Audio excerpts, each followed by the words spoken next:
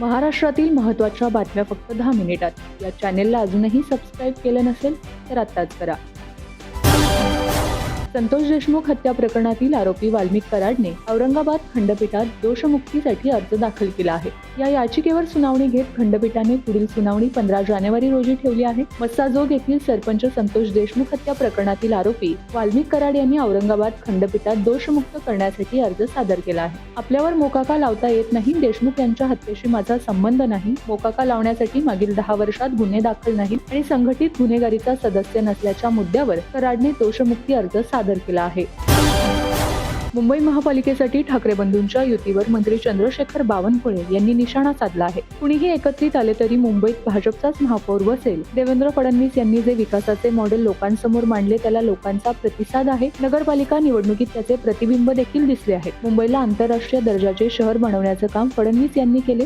2047 पर्यंत मुंबई कशी असेल या आधारे विकसित मुंबईचा प्लॅन फडणवीस यांनी तयार केला आहे। त्यामुळे 51% मते मुंबईकर महायुतीच्या बाजूने देतील आणि पुन्हा एकदा महायुतीच्या माध्यमातून भाजपचा महापौर मुंबईवर बसेल असा विश्वास मंत्री चंद्रशेखर बावनकुळे यांनी व्यक्त केला आहे।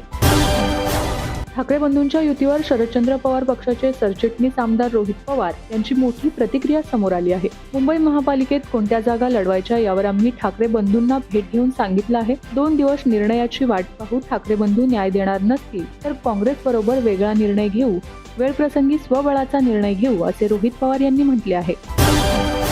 अखेर आज उद्धव ठाकरे आणि राज ठाकरे यांच्यात युतीची घोषणा झाली आहे। एका विशेष पत्रकार परिषदेच्या माध्यमातून या युतीची घोषणा ठाकरे बंधूंनी केली आहे। या युतीमुळे आता महाविकास आघाडीतील सर्व गणिते बदलण्याची चिन्हे दिसत आहेत।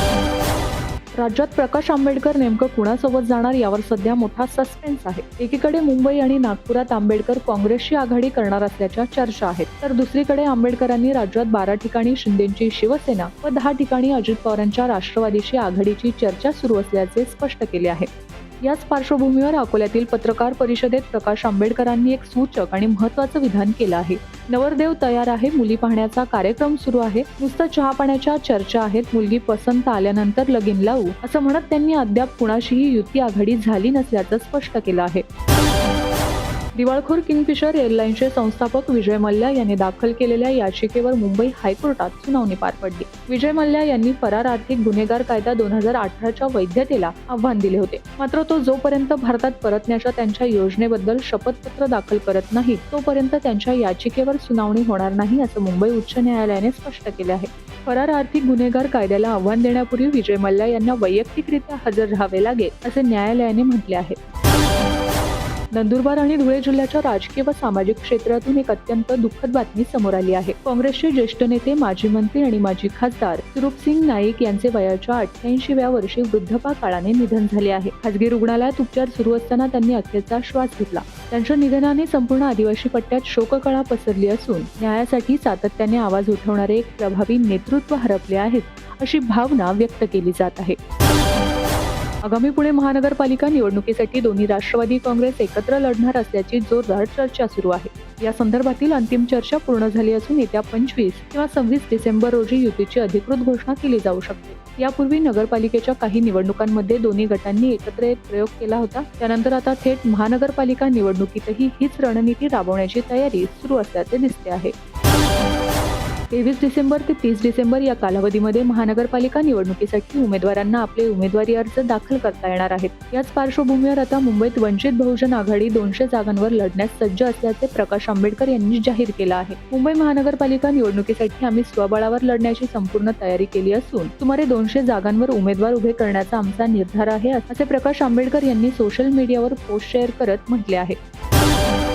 राज्यातील नगर परिषद आणि नगरपंचायतीच्या निवडणुकीचा निकाल नुकताच जाहीर झाला। या निवडणुकीत राज्यात महायुतीला मोठं यश मिळालं। या निवडणुकीनंतर आता राज्यातील महानगरपालिकांची निवडणूक जाहीर झालेली आहे। त्यानंतर अखेर आज उद्धव ठाकरे आणि राज ठाकरे यांनी संयुक्त पत्रकार परिषद घेत शिवसेना आणि मनसेच्या युतीची अधिकृत घोषणा केली आहे। यावर आता मुख्यमंत्री देवेंद्र फडणवीस यांनी प्रतिक्रिया दिली असून राज ठाकरे आणि उद्धव ठाकरे यांच्या युतीचा कार्यक्रम म्हणजे रशिया युक्रेनची युती असल्याचं म्हणत इकडून झेलेन्स्की निघाले, तिकडून पुतीन निघाले आणि ही युती झाली अशी टीका त्यांनी केली आहे। साखर आयुक्तालयाकडून परवाना मिळण्याआधीच ऊस गाळप सुरू केल्याप्रकरणी राष्ट्रीय सहकारी साखर कारखाना महासंघाचे अध्यक्ष हर्षवर्धन पाटील यांच्या शंकररावजी पाटील सहकारी साखर कारखान्याला साखर आयुक्तांनी सोमवारी 11.25 कोटी रुपयांचा दंड ठोठावला आहे. पंढरपूर येथील सहकार शिरोमणी वसंतराव काळे सहकारी साखर कारखान्याला 2,32,00,000 रुपयांचा आणि सांगली जिल्ह्यातील रायगाव शुगर अँड पॉवर या खासगी कारखान्याला सुमारे 40,00,000 रुपयांचा दंड ठोठावण्यात आला आहे. पुणेकरांसाठी एक आनंदाची बातमी आहे. आता पुण्यात आणखी एक नवी मेट्रो लाईन सुरू होणार आहे.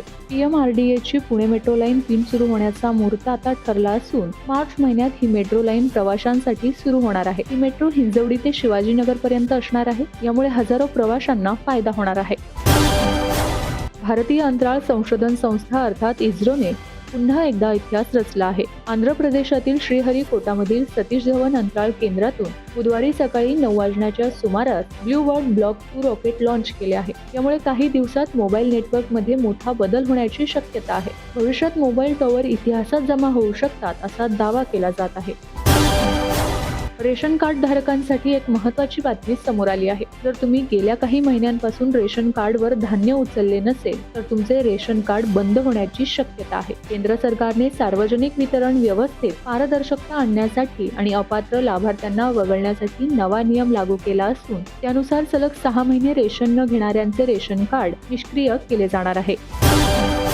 सिंधुदुर्ग जिल्ह्याचे पालकमंत्री नितेश राणे यांना कुडाळा न्यायालयाने अजामीनपात्र अटक वॉरंट जारी केलं आहे. संविधान बचाव आंदोलन केल्याप्रकरणी आमदार प्रवीण दरेकर व आमदार प्रसाद लाड यांनाही अजामीनपात्र अटक वॉरंट जारी केलं आहे. 26 जून 2021 रोजी सिंधुदुर्ग जिल्ह्यात झालेल्या ओबीसी आंदोलनात सहभाग घेतल्याप्रकरणी कुडाळा पोलीस स्थानकात गुन्हा दाखल झाला होता. राजन तेली, आमदार निलेश राणे, मंत्री नितेश राणे यांच्यासह अन्य 42 जणांवर आंदोलन प्रकरणी गुन्हा दाखल झाला होता.